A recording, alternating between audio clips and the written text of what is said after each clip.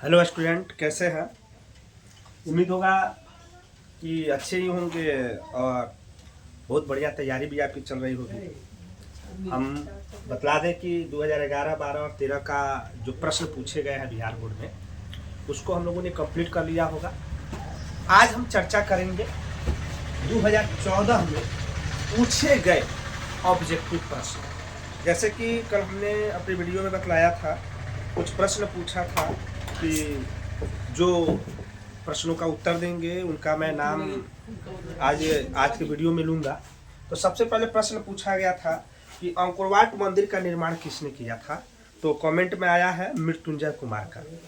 जो सूर्योमन द्वितीय ने बताया, बहुत ही बढ़िया आपका जवाब है और इसी तरह से आप पढ़ते रहिए फिर मन लगा के, आपका 100% सही है। दूसरा प्रश्न पूछा गया था आपसे कि पक्की सड़कों की दृष्टि से पहला राज्य कौन सा है जिसका स्थान आता है? तो बिट्टू कुमार का जवाब आया है महाराष्ट्र। बहुत बढ़िया, ये भी प्रश्न सही है। एक थोड़ा सा पीछे फिर हम चलेंगे तो 2012 का जो हम क्वेश्चन बैंक को डील करवाए थे, उसमें 11 नंबर प्रश्न को जब आप पढ़ेंगे तो उस प्रश्न को मैंने पढ़ा था कि संघीय राज्य की विशेषता कौन सी नहीं है, या कौन संघीय राज्य की विशेषता है। ये प्रश्न हमने बार बार देखा है। 11 नंबर प्रश्न देख लीजिएगा 2012 में।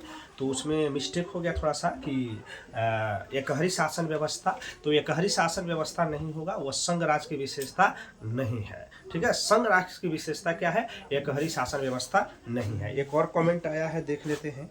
एक और लड़का कमेंट किया है। हाँ, एक और कमेंट आया है बप्पी कुमार का। उसने पूछा है सर, हाँ सर, पढ़ने में लड़कियां कमज़ोर होती है कि लड़के? गधा, इसमें लड़कियां लड़कों की बात कहाँ से आ गई? जो पढ़ेगा वही तेज होगा, जो नहीं पढ़ेगा वही ही कमज़ोर होगा। लेकिन फिर भी अगर देखा जाए तो लड़के ही तेज होते हैं पढ़ने में। अगर मेहनत के हिसाब से अगर देखेंगे, लड़कियां थोड़ा सा तेज नहीं होती है क्योंकि उनको घरेलू कार्य ज़्यादा रहता है। लेकिन लड़के थोड़ा उदार चरित्र वाले होते हैं, अपना समय बर्बाद कर देते हैं ताकि लड़की आगे कर जाए। यही शायद होना चाहिए। लेकिन फिर भी देखिए, जो पढ़ेगा वही तेज होगा। इसमें लड़का लड़की की बात नहीं है। ठीक है, गधा यही प्रश्न मेरा पूछता कि कम से कम हम तुमसे पूछते हैं, कमेंट बॉक्स पर जाओ और वहाँ पर जवाब दो। आज का प्रश्न यह है, जो बतलाएगा उसका कल फिर यहाँ पर हम अगली वीडियो जब 2015 में हम जाएंगे तो वहाँ पर देखा जाएगा। पहला वियना सम्मेलन कब हुआ था, इसका जवाब दीजिए। खासकर बप्पी कुमार, आप जवाब दीजिए कि वियना सम्मेलन कब हुआ। इससे पता चल जाएगा कि लड़का कमज़ोर होते हैं कि लड़कियां कमज़ोर होती है। दूसरा प्रश्न आपको यह है कि राष्ट्रवाद का उदय सबसे पहले किस महादेश में हुआ? इसका भी आप जवाब दीजिए। राष्ट्रवाद का उदय सबसे पहले किस महादेश में हुआ? और तीसरा प्रश्न और अंतिम प्रश्न बताएंगे कि हीन चीन का मतलब क्या होता है? हीन चीन में कौन से 3 क्षेत्र आते हैं? इसका जवाब दीजिए, पता चल जाएगा कि तेज कौन है और कमज़ोर कौन है। देखिए, बहुत एग्जाम नज़दीक आपका धीरे धीरे एक दिन ख़त्म होते जा रहा है, तो आप थोड़ा सा मेहनत करेंगे, सेल्फ स्टडी करेंगे, सेट बनाएंगे। जहाँ दिक्कत है वहाँ पर आप मेहनत करेंगे, बाकी आप मेहनत करते जाइए, बेहतर होते जाएगा। क्वेश्चन बैंक मैं कंप्लीट करवा दूंगा। मैं पहले से बोला हूं कि रोज पर डे आपको ऑल सब्जेक्ट में क्वेश्चन बैंक आएंगे और क्वेश्चन बैंक से जो प्रश्न, चाहे वो आर्ट्स का हो, चाहे वह हिंदी का हो या संस्कृत का हो, संस्कृत का भी आपका कंप्लीट कराएंगे, पूरे ऑब्जेक्टिव कंप्लीट कराएंगे। ठीक है, उससे पहले हम सामाजिक अध्ययन में देख ले, जैसे कि हमने पहले चर्चा कर 2011 में जो प्रश्न हम लोगों ने देखा था, 18 प्रश्न देखा था। हंसते हंसते वो प्रश्न आपको शायद याद भी हो गया होगा, और जो जिनको नहीं याद है वो थोड़ा सा रिवीजन करेंगे, याद करेंगे। 2012 में 19 प्रश्नों की हमने चर्चा किया था। 19 प्रश्न भी आपको याद हो गए होंगे। कल जो हमने 2013 का सेट जो देखा था उसमें 15 प्रश्न थे। हंसते खेलते 52 प्रश्न हमारे पूर्ण रूप से कंप्लीट हो गए। और आज 2014 में जो देखेंगे तो 15 प्रश्न दिए गए हैं।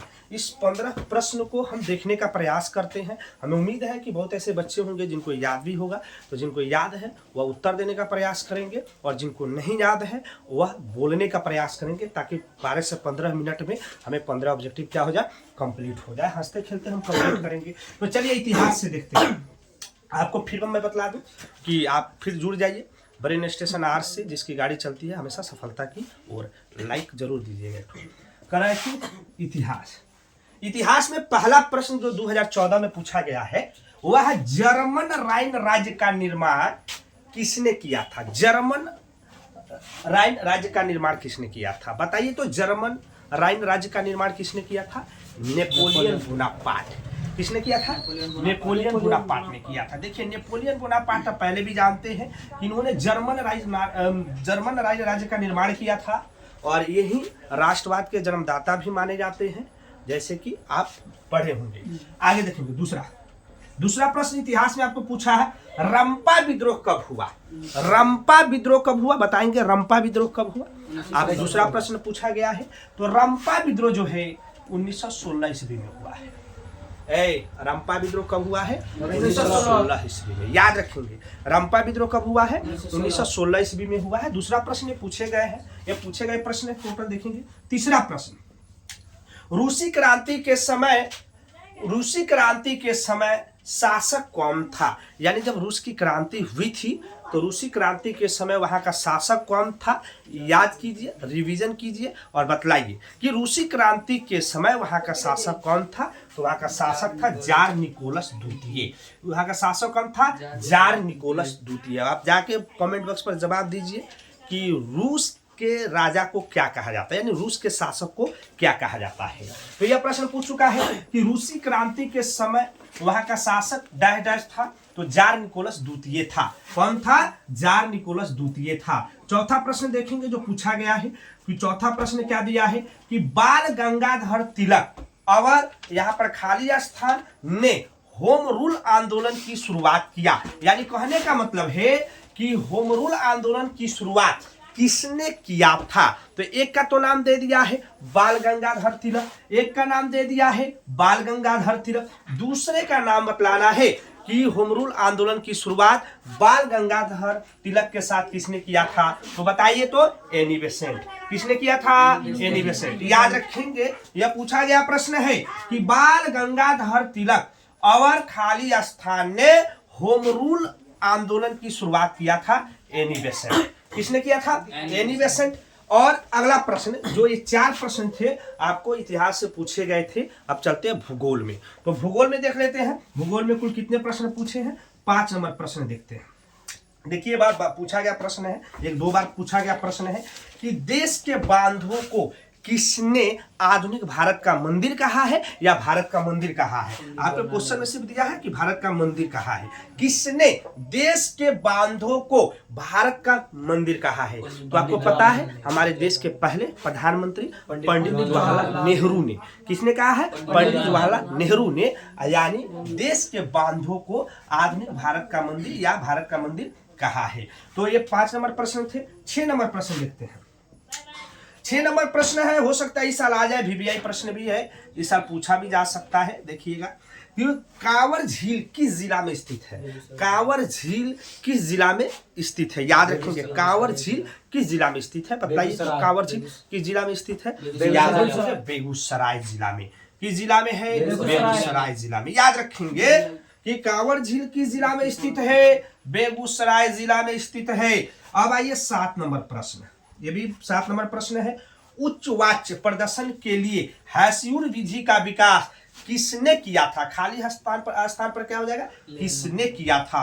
पूछता है उच्च वाच्य प्रदर्शन के लिए हैस्यूर विधि का विकास किसने किया था? तो लेहमान या रहमान। याद रखेंगे 1799 ईस्वी में। लेहमान कहीं पर देता है, कहीं पर रहमान देता है, तो देख लीजिएगा शुद्ध नाम तो रहमाने होगा। शुद्ध नाम क्या होगा? रहमाने होगा। तो 1799 ईस्वी में इन्होंने किया था। आगे देखेंगे 8 नंबर प्रश्न। 8 नंबर प्रश्न है कि बिहार में सबसे अधिक आबादी वाला जिला। देखिए ये शायद रिपीट कर चुका है, इससे पहले भी ये शायद पूछा जा चुका है पटना से संबंधित। पटना से संबंधित पूछा गया था कि सबसे बड़ा बिहार का नगर कौन सा है? पटना पूछ दिया। अब क्या पूछ दिया? पटना पर यहाँ पर पूछ दिया कि बिहार का सबसे अधिक आबादी वाला जिला। तो याद रखेंगे पटना। याद रखेंगे क्या है? पटना। बिहार में सबसे अधिक आबादी वाला जिला क्या हो जाएगा?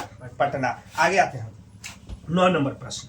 9 नंबर प्रश्न आपसे पूछता है कि लौह अयस्क का उपयोग किस उद्योग में किया जाता है? बताइए तो लौह अयस्क का जो उपयोग है किस उद्योग में किया जाता है? बताइए फटाफट बताइए जल्दी। लौह इस अयस्क का उपयोग किस उद्योग में किया जाता है? तो आपको पता होना चाहिए, इस्पात उद्योग में। किस उद्योग में? याद रखेंगे, किस उद्योग में किया जाता है? इस्पात उद्योग में, याद रखेंगे। अब आइए, लोकतांत्रिक राजनीति से 2 प्रश्न पूछे गए हैं, देख लेते हैं। 2 प्रश्न 2014 में लोकतांत्रिक राजनीति से क्या पूछा है। तो पहला प्रश्न आपके सामने देखिए, बहुत महत्वपूर्ण प्रश्न है और लोकतंत्र की परिभाषा भी है। कहता है लोकतंत्र जनता का, जनता द्वारा और जनता के लिए शासन है। लोकतंत्र जनता का, जनता द्वारा और जनता के लिए शासन है। यह कथन किसका है? यह कथन है अब्राहम लिंकन का। बताइए तो अब्राहम लिंकन कहाँ के राष्ट्रपति थे? जाइए फटाफट कमेंट बॉक्स में बताइए कि अब्राहम लिंकन कहाँ के राष्ट्रपति थे। ये तो आपको पता ही होगा, और पता है तो उसका जवाब देंगे। सुनिए, लोकतंत्र जनता का, जनता द्वारा, जनता के लिए शासन है, यह कथन अब्राहम लिंकन जी का है। 11 नंबर प्रश्न देखेंगे। 11 नंबर प्रश्न है, VVI प्रश्न है, इस साल भी कहीं पूछे जा सकते हैं यह प्रश्न। ये मेरा VVI है, देख लेंगे, ठीक है। कहता है बिहार में संपूर्ण क्रांति का नेतृत्व किसने किया था? बिहार में संपूर्ण क्रांति का नेतृत्व किसने किया था? तो याद रखेंगे, जयप्रकाश नारायण जी ने किया था। किसने किया था? जयप्रकाश नारायण जी ने। याद रखेंगे कि बिहार में संपूर्ण क्रांति का नेतृत्व किसने किया था? याद रखेंगे, जयप्रकाश नारायण जी ने किया था। अब आइए, अर्थव्यवस्था से 2 प्रश्न पूछा है, अर्थव्यवस्था से भी 2 प्रश्न पूछा है। 12 नंबर प्रश्न को देखते हैं। कह रहा है कि 2008-9 ईस्वी में, 2008-9 ईस्वी में भारत का प्रति व्यक्ति आय कितना था? याद रखेंगे, 2008-9 ईस्वी में भारत का प्रति व्यक्ति आय कितना था? तो 25,494। याद रखेंगे, 25,494 रुपया। आप याद रखेंगे कि यह 2008-9 में भारत का प्रति व्यक्ति आय था। अगर आपको पता है कि वर्तमान में भारत का प्रति व्यक्ति आय कितना है, तो कमेंट बॉक्स पर जवाब देंगे वर्तमान में, जबकि आपका पूछा गया प्रश्न है 2008 और 9 में। याद रखेंगे। 13 नंबर प्रश्न देखते हैं। 13 नंबर प्रश्न आपके सामने है कि किस देश में मिश्रित अर्थव्यवस्था पाई जाती है? शायद ये प्रश्न रिपीट भी किया है, इससे पहले भी पूछा है कि मिश्रित अर्थव्यवस्था किस देश में पाई जाती है। तो आपको पता ही होगा, वह देश भारत है। वह देश कौन सा है? भारत है। वह देश भारत है जहां पर मिश्रित अर्थव्यवस्था पाई जाती है। याद रखेंगे। अगला प्रश्न देखते हैं, 14 नंबर प्रश्न। और 14 नंबर प्रश्न का जवाब आपको खुद देना पड़ेगा। ऑप्शन हम 2 देंगे और आप खुद बतलाइएगा कि इसका उत्तर क्या होगा। पहले प्रश्न सुन लेते हैं। नदियों में बाढ़ आने का प्रमुख कारण क्या है? सुनिए, नदियों में बाढ़ आने का प्रमुख कारण क्या है? तो ऑप्शन नंबर 1 हम देते हैं आपको, जल की अधिकता। पहला, जल की अधिकता, और दूसरा, नदियों के तली में अवसाद का जमाव। पहला, जल की अधिकता, और दूसरा ऑप्शन आपके सामने देते हैं, नदियों के तली में अवसाद का जमाव। अगर आपको पता है तो दोनों में से बताएं कौन हो सकता है, नहीं तो कल फिर हम इस पर आपको बताएंगे कि इसका मुख्य कारण क्या है। इसका मुख्य कारण कल देखा जाएगा, जो हम 2015 का क्वेश्चन डील करेंगे उसमें देखा जाएगा। अगला प्रश्न कहता, बाढ़ आने के समय, जब बाढ़ आता है ना, तो बाढ़ आने के समय लोगों के किस स्थान पर जाना चाहिए? बताइए, ये भी याद करने वाला। जो बाढ़ आ जाएगा तो लोग कहाँ जाएंगे? आसमान में थोड़े ना जाएंगे, ऊंचे स्थान पर जाएंगे। कहाँ जाएंगे? ऊंची भूमि वाले स्थान पर। कहाँ जाएंगे? ऊंचे भूमि वाले स्थान पर। और इस तरह से हमने आज 2014 में पूछे गए पूरे प्रश्न को देखा। आगे कल हम चर्चा करेंगे आप लोग के सामने 2015 का। तब तक आप सेल्फ स्टडी करते रहिए, बेहतर रहिए। जय हिंद, जय भारत।